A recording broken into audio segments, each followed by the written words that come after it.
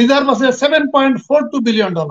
এরপরে আপনার যে যে নিউজটা এসেছে সোশ্যাল মিডিয়া এবং ইন্ডিয়ান একটা অনলাইন পত্রিকায় যে নিউজ এসেছে যে বাংলাদেশ ব্যাংকে রিজার্ভ হ্যাকিং হয়েছে এবং সেখানে বলা হচ্ছে প্রায় $4 বা $4.5 বিলিয়ন হ্যাকিং হয়েছে।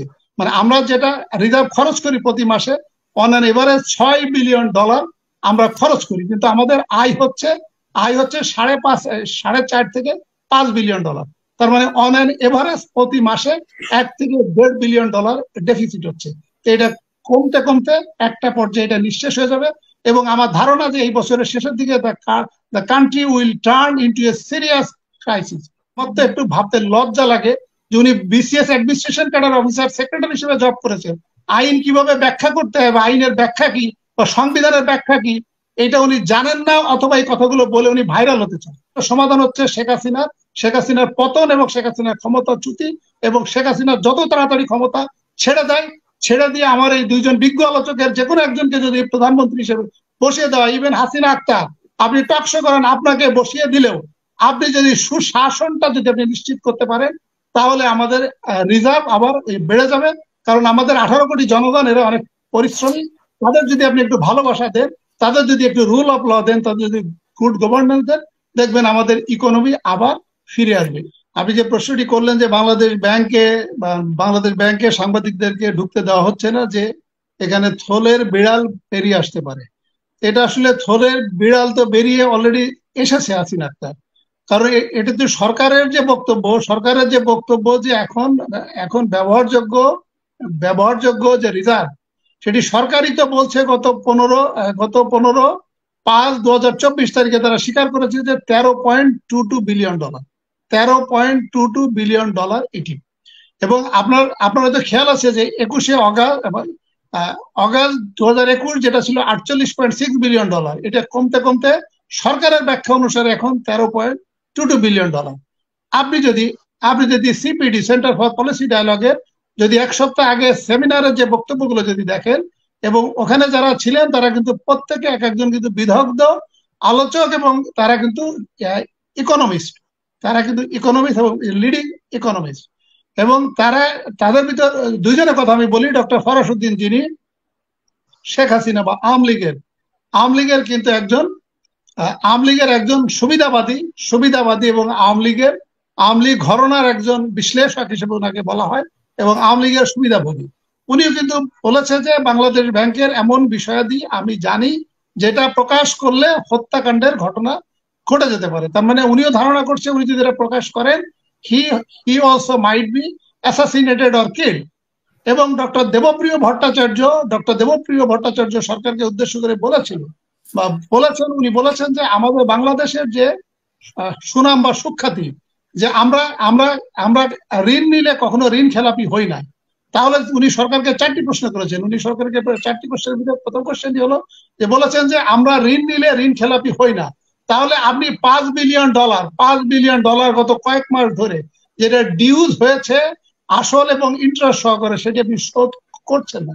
আপনি যে সমস্ত দেশ থেকে তেল আমদানি করেন, এই তেল আমদানির যে ডলার পেমেন্ট সেটি আপনি কয়েক মাস ধরে পরিশোধ করছেন না।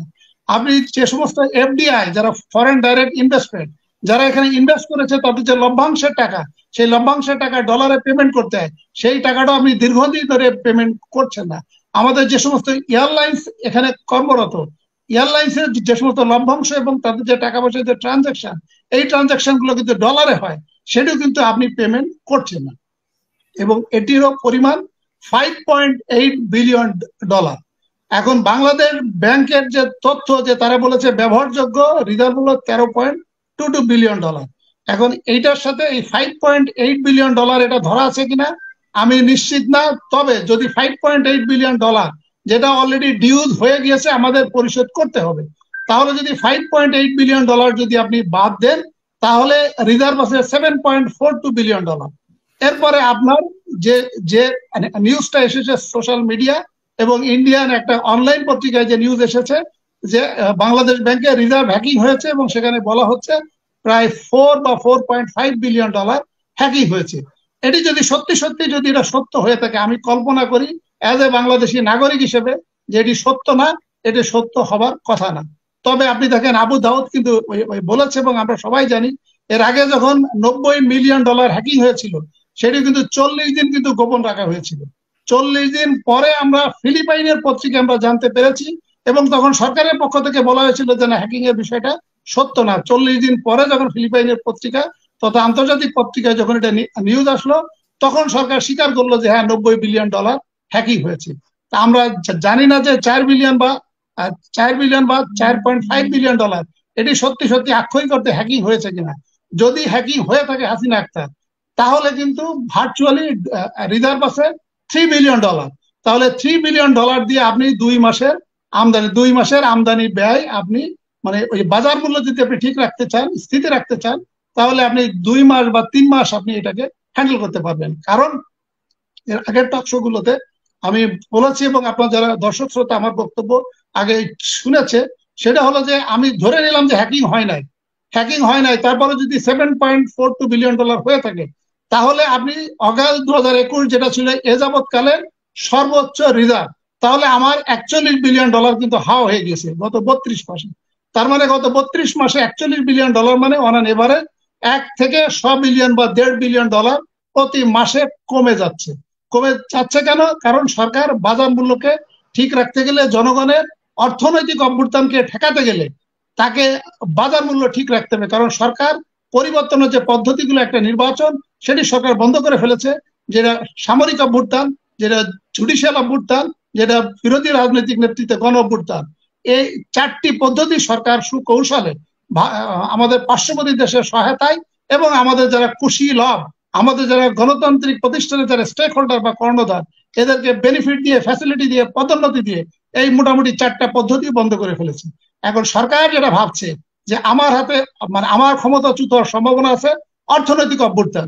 এতে যদি আমার দেশের 63টা দল হেডেড বাই বিএনপি, যারা 95% জনগণ এই নির্বাচনে ভোট দেয় নাই, এবং উপজেলা নির্বাচনেও কিন্তু তারা ভোট দিতে যায় নাই, তাহলে সেই ক্ষেত্রে যদি এই অপোজিশন নেতৃত্ব তাদেরকে যদি এই বিষয়টাকে ক্যাপিটালাইজ করে যদি জনগণকে রাস্তায় নামিয়ে দেয়, হাসিনা আক্তার, আমি আক্ষরিক অর্থে আপনাকে বলছি, সরকারের পতন অনিবার্য এবং সরকারের পতন নিশ্চিত। সরকার এটি ঠেকাতে পারবে না। কারণ হাসিনা আক্তার, আপনি তো একজন মা। কোন বাচ্চার পেটে যদি ক্ষুধা থাকে, আপনি তাকে যত ভালোবাসার কথা বলবেন, যত আদর যত্ন দিবেন, যত সোহাগ দিবেন, আপনি তার কান্না থামাইতে পারবেন না। তাহলে একটা মানুষের পেটের ক্ষুধার পরে এর থেকে বড় ক্ষুধা, এর থেকে বড় কষ্ট কিন্তু আর কিছুই নাই।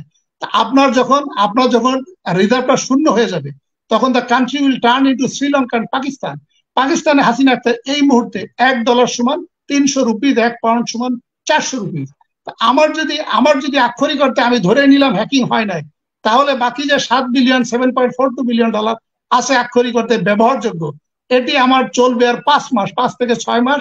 যদি আপনাকে বাজার মূল্য স্থিতি রাখতে হয়, তাহলে 5-6 মাসের পরে যখন এটা শূন্য হয়ে যাবে, তাহলে আপনার একটা 5 টাকা জিনিস কিনবেন 25 টাকা দিয়ে, আপনি আপনি আপনি 2000 টাকার জিনিস কিনবেন 10,000 টাকা দিয়ে। সেই ক্ষেত্রে মানুষ কিন্তু 1 কেজি চাল যদি 50 টাকা হয়, তখন এটা যাবে 250 টাকা। তো মানুষ যখন খেতে পারবে না, তখন কিন্তু তারা রাস্তায় নেমে আসবে। রাস্তায় নেমে আসলে তখন এই আওয়ামী পুলিশের বন্দুক, রাইফেলের গুলি দিয়ে আপনি আন্দোলন ঠেকাইতে পারবেন না। ইভেন যদি আপনি সেনাবাহিনীর ট্যাঙ্ক, মেশিন গান এবং আপনি বিমান বাহিনীর হেলিকপ্টার, যুদ্ধ বিমানও যদি আপনি নামিয়ে দেন, পেটের ক্ষুধা আপনি এই আন্দোলন থামাইতে পারবেন না। সরকার, আমার যেটা মনে হয়, সরকার এই ভয়টা পাচ্ছে যে সে ক্ষমতাচ্যুত হলে একটাতে হতে পারে অর্থনৈতিক অভ্যুত্থান। সরকার হাসিনা আক্তার এখন দেখেন আবার চায়না থেকে ওনারা $5 বিলিয়ন লোন চেয়েছে, সব লোন, বাজেট সহায়তা এবং রিজার্ভ বাড়ানোর জন্য। এখন চায়না আদৌ এই লোন দিবে কিনা আমরা নিশ্চিত না। তারপরেও যদি চায়না এই লোন দিয়েও থাকে, তাহলে আপনি আর 4 মাস টিকতে পারবেন। আর IMF এর লোনের কথা যেটা বলা হচ্ছে হাসিনা আক্তার, আপনার মাধ্যমে একটু জনগণকে অবহিত করি। আমার যে 2জন বিজ্ঞ আলোচক আছে, আমার ধারণা যে ওনারা ইকোনমিস্ট, ওনারা তো আমার থেকে হয়তো আরো ভালো ব্যাখ্যা দিবেন।